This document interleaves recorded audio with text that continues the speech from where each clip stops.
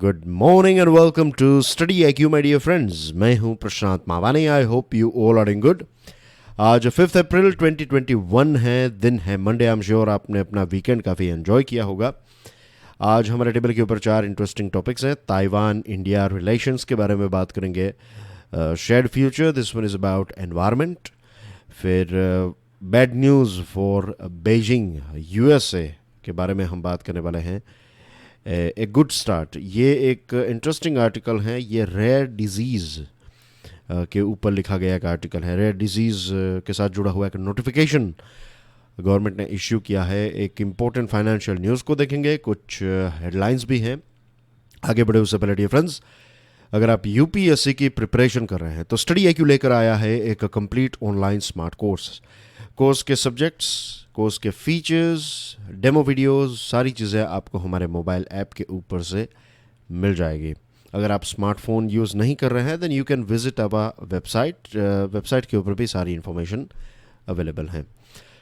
आज का लेक्चर की PDF को डाउनलोड करने के लिए check out my Telegram channel. You can follow me on Facebook as well. Saturday को जो मैंने आपको प्रश्न पूछे थे उनके आंसर्स आपकी स्क्रीन के ऊपर है। रजनीकांत 14 एंड पाकिस्तान। आज का पहला प्रश्न है कि किंग अब्दुल्ला जो जॉर्डन के राजा हैं, उनके एक फॉर्मर एडवाइज़र को हाल ही में जॉर्डन की सिक्योरिटी फोर्सेस ने अरेस्ट किया है।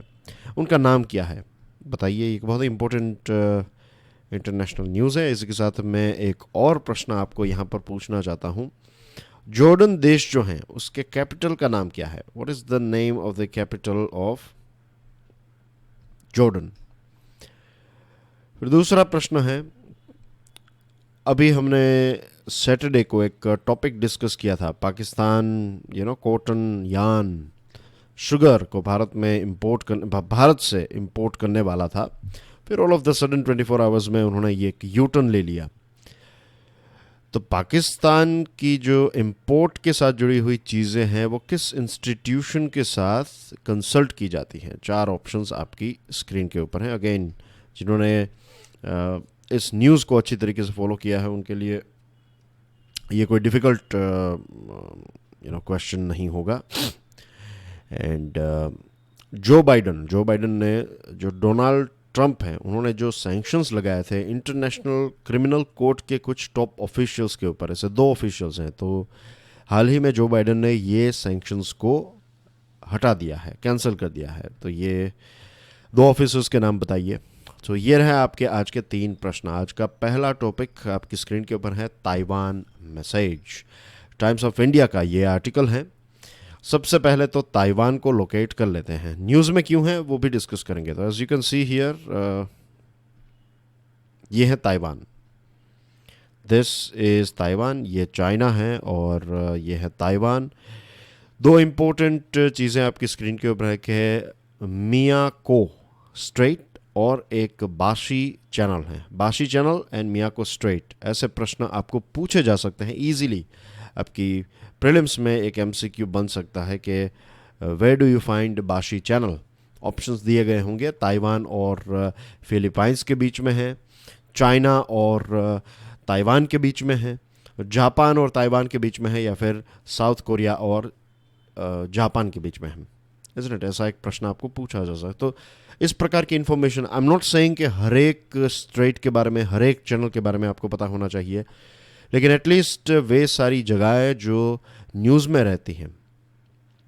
इसलिए मैंने आपको कई बार कहा है कि ये जो इमेजेस हैं या फिर मैप्स जो हैं उसमें आपको वक्त जो है वो इन्वेस्ट करना चाहिए। आई एम श्योर जो स्टूडेंट्स ये इन्वेस्टमेंट करते हैं, टाइम का, एनर्जी का, फोकस का इन्वेस्टमेंट करते हैं मैप्स के पीछे, तो ऐसे 2-3 क्वेश्चंस जो हैं वो उनको ईजीली प्रीलिम्स में वो क्रैक कर लेते हैं। और दूसरी चीज़ कि ये सिर्फ आपको प्रीलिम्स के लिए नहीं, आपकी ओवरऑल जियोपॉलिटिक्स के साथ जुड़ी हुई जो अंडरस्टैंडिंग है वो भी धीरे धीरे क्लियर होने लगती है इफ़ यू स्टडी मैप। तो ये है ताइवान। ताइवान का एक मैप यहाँ पर भी है, as you can see here. एक इंटरेस्टिंग बात ये भी ध्यान में रखिएगा कि ट्रॉपिक ऑफ कैंसर जो है वो ताइवान से पास होती है। यहाँ पर जो जगह है this is called Taiwan straight. ये वाला जो पोर्शन, ये वाली जो स्ट्रेट है, इसका नाम है Taiwan strait, as you can see here. Right. और दूसरी कुछ चीज़ें हैं ताइवान के साथ जुड़ी हुई, वो आप इस पीडीएफ को डाउनलोड करने के बाद देख लीजिएगा। ओके, अब ताइवान न्यूज़ में क्यों है? ताइवान न्यूज़ में इसलिए है क्योंकि पिछले 40 सालों में ताइवान में इतना बड़ा हादसा कभी नहीं हुआ है। दुखद बात है कि ताइवान में एक रेल एक्सीडेंट हुआ जिसमें 51 लोगों की मृत्यु हुई और 188 जो हैं ये इंजर्ड हैं।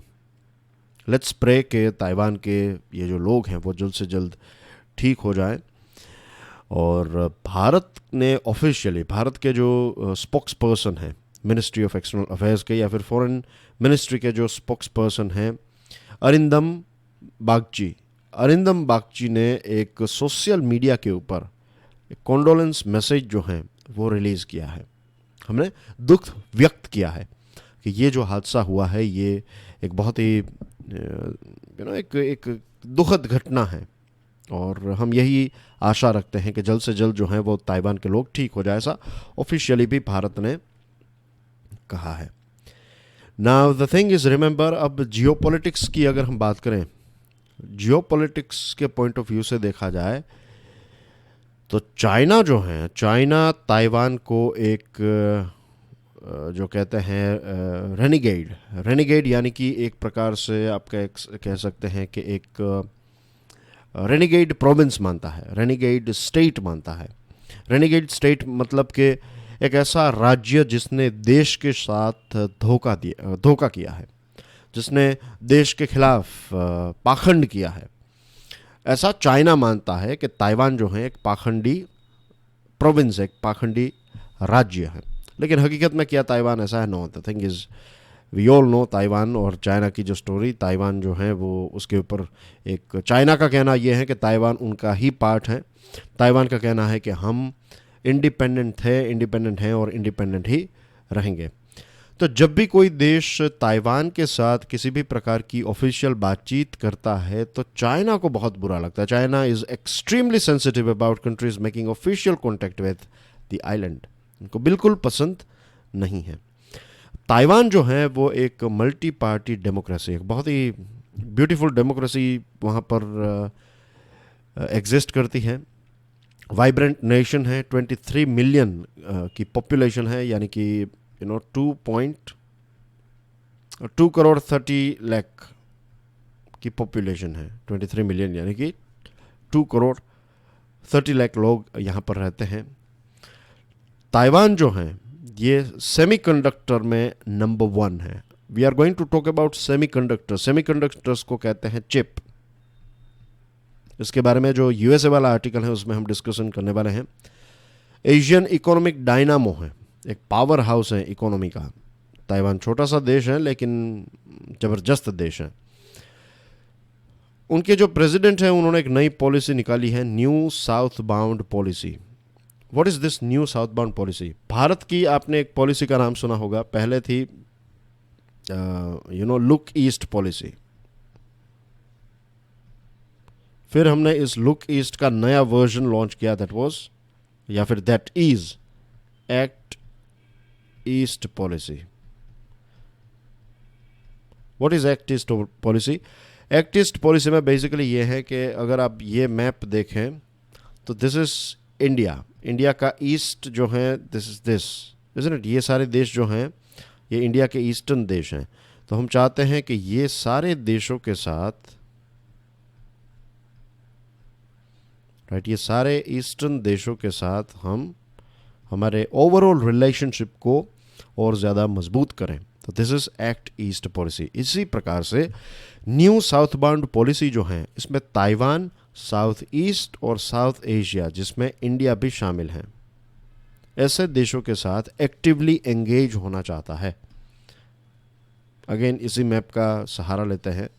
तो साउथ बाउंड जो पॉलिसी है उसमें ये वाला portion, this is ASEAN region, और ये वाला जो पोर्शन है जिसको आप सार्क रीजन कह सकते हैं, तो इन देशों में, और ताइवान बेसिकली भारत के साथ भी इस साउथ बाउंड पॉलिसी ने, न्यू साउथ बाउंड पॉलिसी में भारत भी इंक्लूडेड है। तो इन सारे देशों के साथ एक्टिवली एंगेज होना चाहता है।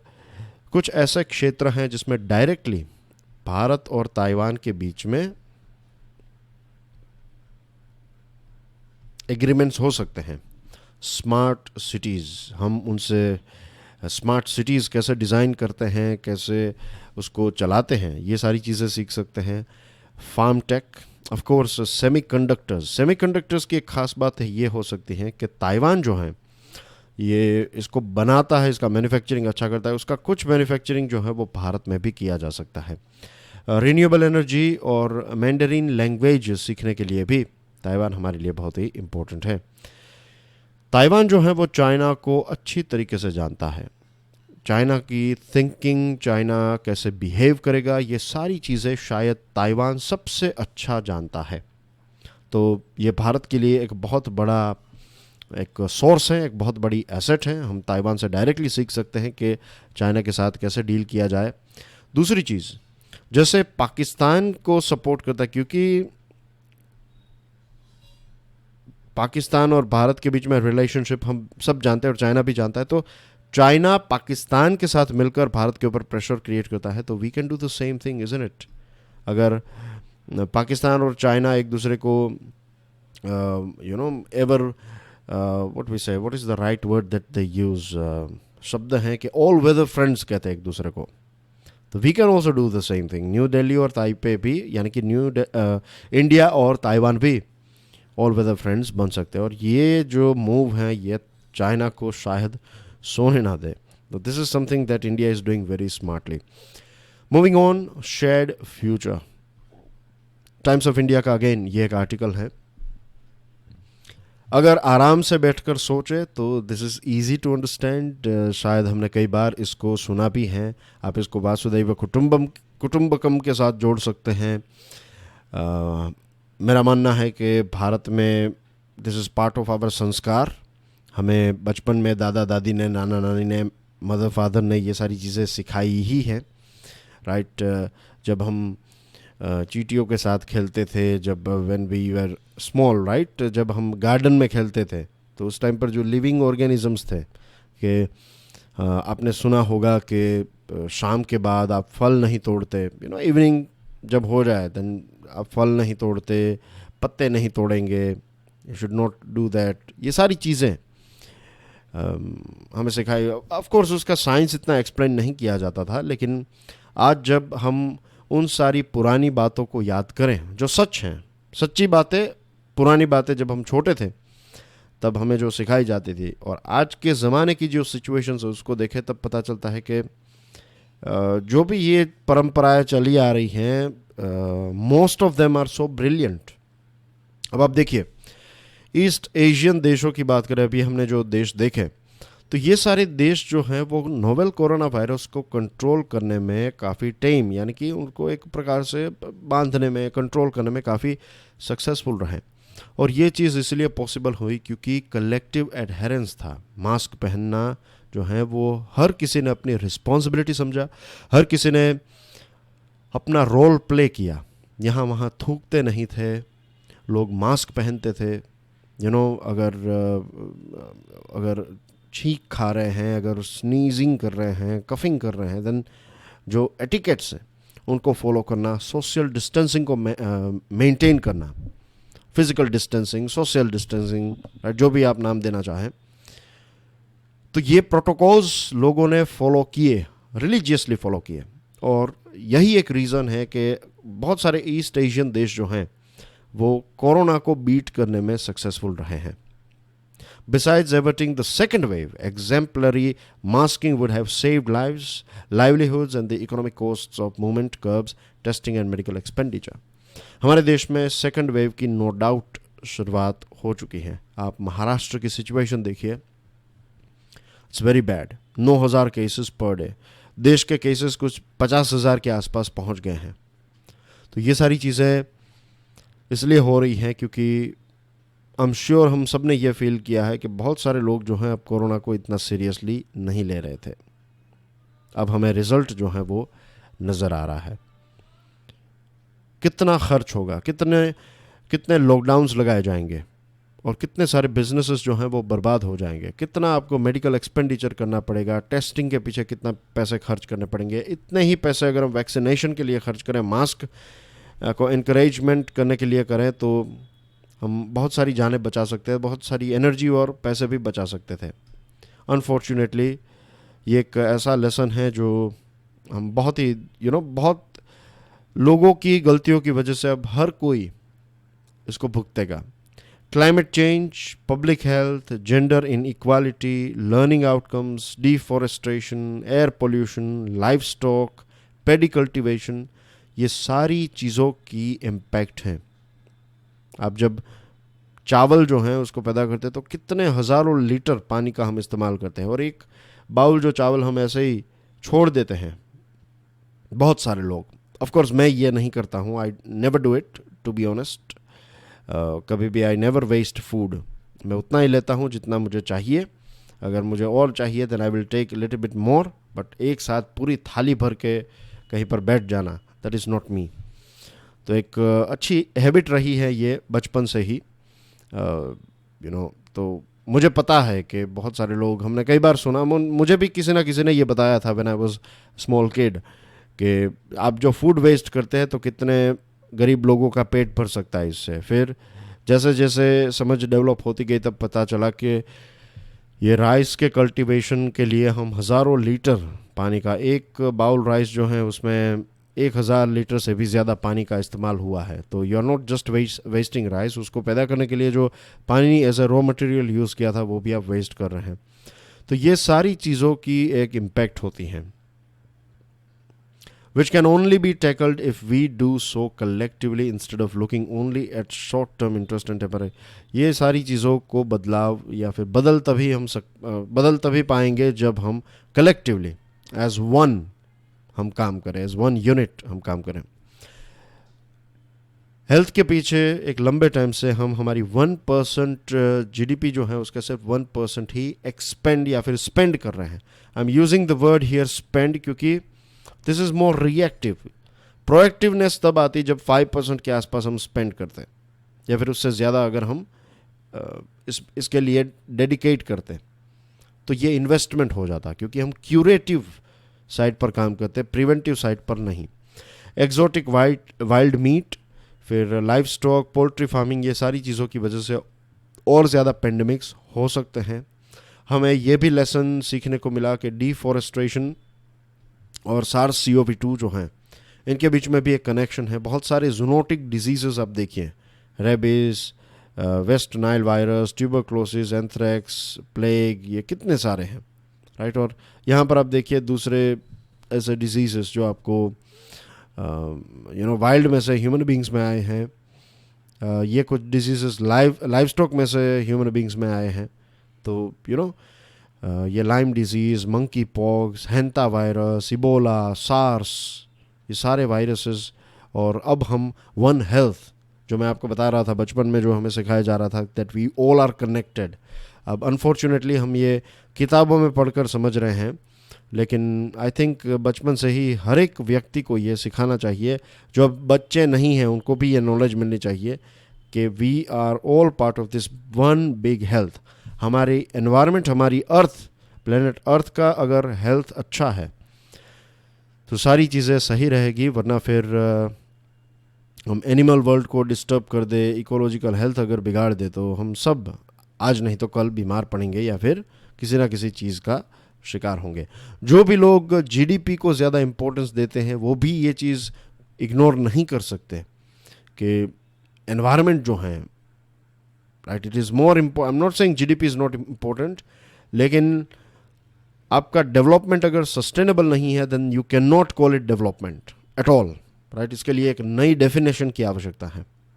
तो ये एक कलेक्टिव एसेंस है, एक कलेक्टिव फोर्स के तौर पर हमें काम करना होगा, तभी हम इसको जीत पाएंगे, इस प्रकार की बीमारियों को। क्लाइमेट चेंज भी इसी प्रकार की मैन मेड बीमारी है। Bad news for Beijing.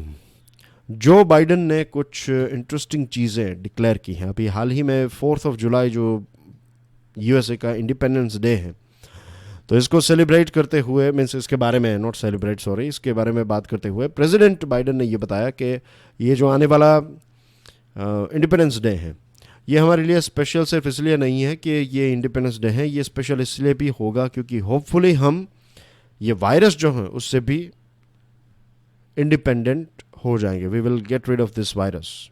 Will begin to mark our independence from the virus. पूरे देश की बात कर रहे हैं, यूएसए की.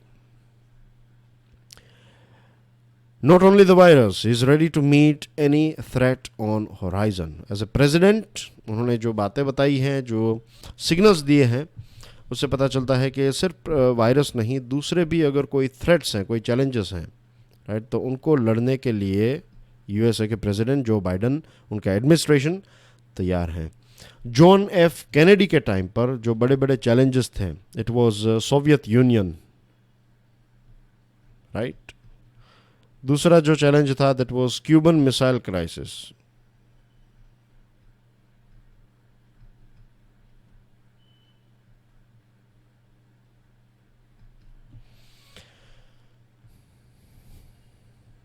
फिर एक रेस भी चल रही थी, raise to the moon.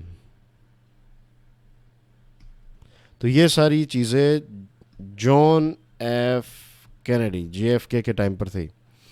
Biden के टाइम पर सबसे बड़ा चैलेंज अगर कोई है तो that is China. Mao Zedong एक वक्त पर कहा करते थे कि आपकी गन जो है, आपकी बंदूक, आपकी ताकत जो है, आपका हार्ड पावर जो है, it is also known as hard power. आपकी डिफेंस और आपकी डिफेंस कैपेबिलिटीज.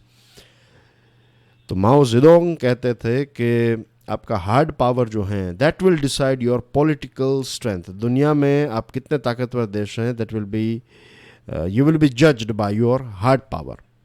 लेकिन आज का ज़माना जो है वो हार्ड पावर का नहीं है. अमेरिका ईजिली चाइना को आउटगन कर सकता है. यानी कि हार्ड पावर के पॉइंट ऑफ व्यू से बात करें तो चाइना से बहुत आगे है यूएसए. लेकिन अब चाइना का थ्रेट हार्ड पावर के पॉइंट ऑफ व्यू से कम, और नई जो एग्रेसिव टेक्नोलॉजीज हैं, जैसे कि cyber attack, technological poaching, intellectual property theft, unfair trade practices, ये सारी चीज़ें, ये सारे नए फ्रंट्स हैं. This are new challenges. इसको फाइट करना होगा यूएसए को. और प्रश्न ये है कि क्या यूएसए तैयार हैं. ट्रंप के टाइम पर हमें यह भी एक नज़र आ रहा था कि यूएसए जो है वो अब धीरे धीरे एक बब्बर शेर, सॉर्ट ऑफ ओल्ड लाइन बन चुका है. अब जो अपना पीक था यूएसए का, वो पीक तक तो पहुंच गया, एक लंबे टाइम तक वहाँ पर रहा, बट अब उसका डाउनफॉल है. और अब ये यूएसए है तो this is China, this is चीन, कि वो ऊपर जा रहा है, पीक पर पहुंच रहा है. एक जगह खाली हो रही तो दूसरी जगह, वही जगह जो है वो कोई और वहाँ पर बैठ जाएगा. ऐसी बातें चल रही थी. लेकिन इस आर्टिकल में ये बताया गया है कि ये सारी एकेडमिक बातें हैं, ये रियलिटी नहीं है. यूएसए इज स्टिल देयर और यूएसए वहाँ पर ही बैठेगा. Writing in Foreign Affairs, China scholar Yeling Tan observes, China seems to pay lip service to international norms and still play by its own rules, taking advantage of loopholes and naive policy makers abroad. एक scholar लिखते हैं, China के scholar ये कहते हैं कि China lip service, China कहता है कि चलो हम ये करेंगे, हम रूल्स को फॉलो करेंगे, लेकिन रूल्स को फॉलो भी नहीं करता है और कोई चाइना को रोक भी नहीं पाता है. उसके पीछे रीज़न ये है कि जो फॉरेन पॉलिसी मेकर्स हैं, दूसरे जो पॉलिसी मेकर्स हैं, वो काफ़ी नाइव हैं. नाइव यानी कि उनकी समझ बहुत ही कच्ची है. और अमेरिका को ये लगा, मीन्स ये स्कॉलर्स ये मानते हैं कि अमेरिका को ये लगा कि ताइवान की तरह, साउथ कोरिया की तरह जब चाइना डेवलप हो जाएगा, चाइना के पास पैसे आ जाएंगे, तो चाइना एक डेमोक्रेटिक देश बन जाएगा. लेकिन चाइना डेमोक्रेटिक देश नहीं बना. ये एक बहुत बड़ी गलती भी हुई थी. ओबामा के टाइम पर, बिल क्लिंटन के टाइम पर उन्होंने काफ़ी सपोर्ट किया था चाइना को. चाइना को बहुत ज़्यादा सपोर्ट मिल रहा था. WTO में भी बहुत सारी छूट मिली चाइना को, और चाइना ने इसका बहुत ज़बरदस्त लाभ भी उठाया. लेकिन अब पता चला कि ये बहुत बड़ी गलतियाँ थी. बट एनीवे, ये एक चैलेंज है यूएसए के सामने. और जब हाल ही में अलास्का में मीटिंग हुई तो पता है चाइना ने यूएसए को क्या कहा कि हमारी डेमोक्रेट, यानी कि चाइनीज़ डेमोक्रेटिक मॉडल जो है वो यूएसए के डेमोक्रेटिक मॉडल से कई अच्छा है, ऐसा चाइना दावा कर रहा है. तो एनीवे, ये सारे, China is the biggest challenge for USA. प्रश्न ये है कि क्या यूएसए चाइना को बीट कर पाएगा.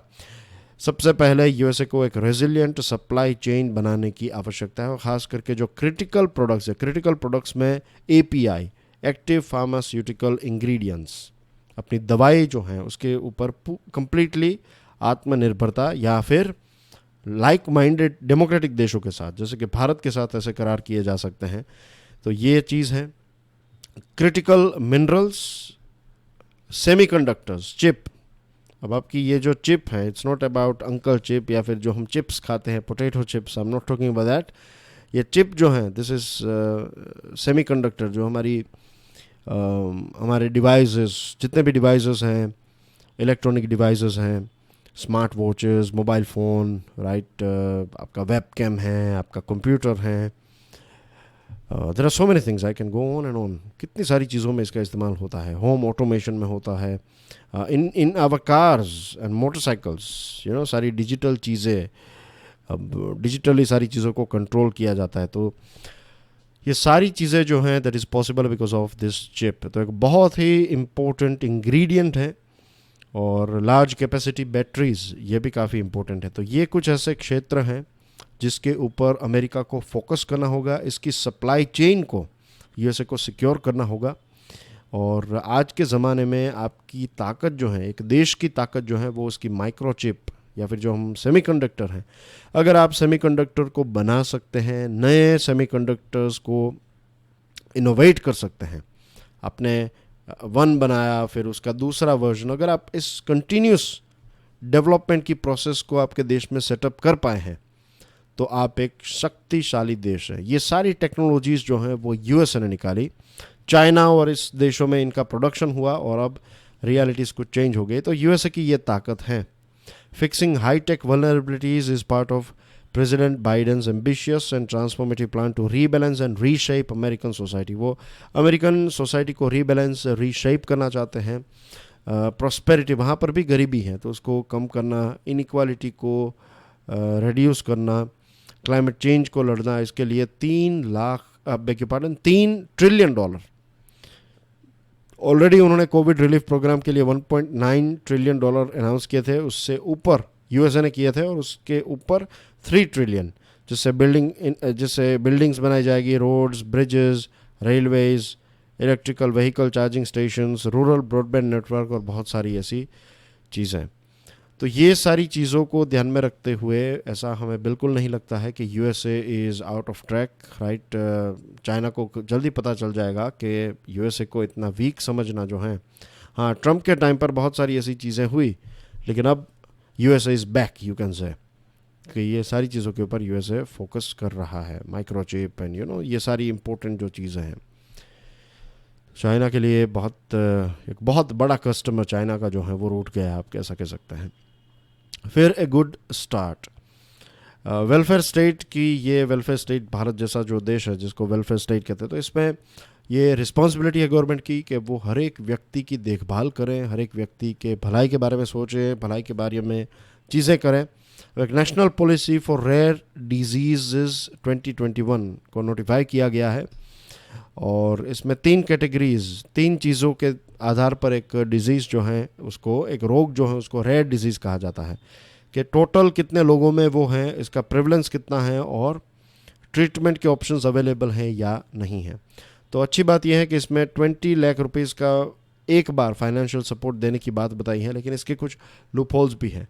WHO की डेफिनेशन यह कहती है कि 10,000 लोगों में से अगर 6 से 10 लोगों को कोई एक डिजीज़ होता है तो that is a rare disease. दुनिया में से 300 मिलियन पेशेंट हैं, और भारत में 70 मिलियन लोग ऐसे हैं जिनको रेयर डिजीज़ है। दुनिया में कुछ 7,000 जितने रेयर डिजीज़ भी हैं, राइट।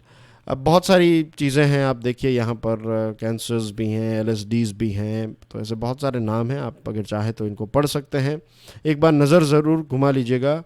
क्या पता आपको रेयर डिजीज़ के साथ जुड़ा हुआ एक क्वेश्चन पूछा जाए कि नीचे दिए गए लिस्ट में से कौन से ऐसे ऑर्गेनाइजेशन फॉर रेयर डिजीज़ ने भारत में किन डिजीज़ को रेयर डिजीज़ की कैटेगरी में रखा है। तो जानबूझकर उसमें कोविड-19, फिर ये दूसरे जो नाम आपकी स्क्रीन के ऊपर है उसमें से 3 नाम और कोविड-19 का नाम ऐड किया जाएगा। तो मेक श्योर कि गलती ना करें, कोविड-19 is not part of this rare disease, isn't it. Now much of the effort in the sector from medical side has been to evolve formal definition। Medical field, medical जो sector है medical field के साथ जुड़े हुए लोग जो हैं उन्होंने, इंस्टीट्यूशंस ने ये कोशिश की कि ये रेयर डिजीज़ की कोई दवाई बनाए, इसके ऊपर रिसर्च हो, रिसर्च को फंडिंग मिले, और जो पेशेंट साइड थे, मान लीजिए किसी के भाई को हैं, किसी की बहन को रेयर डिसीज़ है, तो फिर उनके जो परिवार के लोग हैं, उनके मित्र जो हैं, उनके स्नेहजनी जो हैं, मीन्स जो उनको प्यार करते हैं, तो ऐसे लोगों ने फंडिंग असिस्टेंस की डिमांड की है कि भाई इसको लेकर एक फ़ंड होना चाहिए, अगर ऐसा कोई डिजीज़ हो जाए तो पैसे सरकार दे, लोग दें, राइट। तो ये सारी डिमांड चलती आई है, और अब ये जो नोटिफिकेशन इश्यू किया है, इसमें LSD जो है, LSD का फुल फॉर्म यहाँ पर है लिसोसोमल स्टोरेज डिसऑर्डर्स। तो ये जो LSD है, LSD की ट्रीटमेंट को ग्रुप 3 कैटेगरी में रखा गया है, तो इसके लिए कोई फंडिंग नहीं है। और एक्सपर्ट्स का कहना यह है कि रेयर डिजीज़ जितने लोगों को हमारे देश में, उनको ट्रीट करने के लिए हमें हर साल कुछ 80 से 100 करोड़ रुपीस की आवश्यकता होगी। तो इसके लिए कॉस्ट शेयरिंग की जा सकती हैं। सेंट्रल गवर्नमेंट जो है वो स्टेट के साथ मिलकर वो कॉस्ट शेयर, लेट्स से एक व्यक्ति को ट्रीट करने के लिए 1 करोड़, तो 50 लाख सेंटर निकाले, 50 लाख वो स्टेट गवर्नमेंट निकाला है। तो इस प्रकार से एनुअल कॉस्ट भी कम किया जा सकता है। इसके अलावा आप क्राउड फंडिंग कर सकते हैं, आप लोगों को अपील कर सकते हैं कि आप अगर चाहें तो पैसे दीजिए। तो इस प्रकार से भी बहुत सारे लोग आपको NGOs एक्सेट्रा मिल जाएंगे, जिससे हम ऐसे रेयर डिजीज़ को ट्रीट कर सकें। और सिर्फ ट्रीटमेंट ही नहीं, रिसर्च एंड डेवलपमेंट भी इम्पोर्टेंट है। फाइनेंशियल न्यूज़ की बात करें तो भारत सरकार ने ये तय किया है, जो सॉवरिन वेल्थ फंड हैं, जो पेंशन फंड्स हैं, sovereign wealth fund, pension funds, यानी कि एक बहुत बड़ा फंड जो है, पैसे हैं। मान लीजिए कि किसी देश में टीचर्स रिटायरमेंट हैं, या फिर ऐसी कोई रिटायरमेंट पेंशन के पैसे जो कट होते हैं हर महीने, आपके लेट्स से अकाउंट में से 1,000 रुपये कट हो रहे हैं, वैसे आपके लाखों एम्प्लॉयज़ हैं, तो कितने सारे पैसे हर महीने इकट्ठा हो रहे हैं।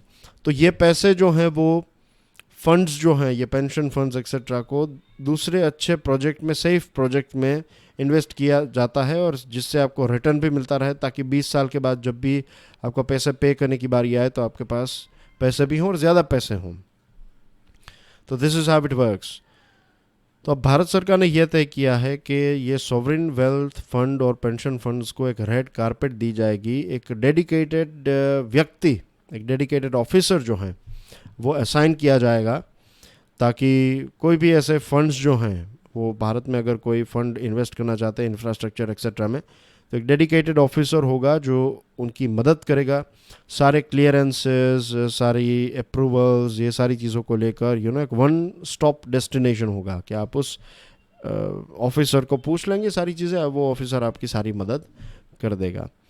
तो this is a good sign. इसके अलावा कुछ इम्पोर्टेंट हेडलाइंस भी हैं, तो प्लीज़ डियर फ्रेंड्स, आप एक बार PDF को डाउनलोड करने के बाद इनको देख लीजिएगा।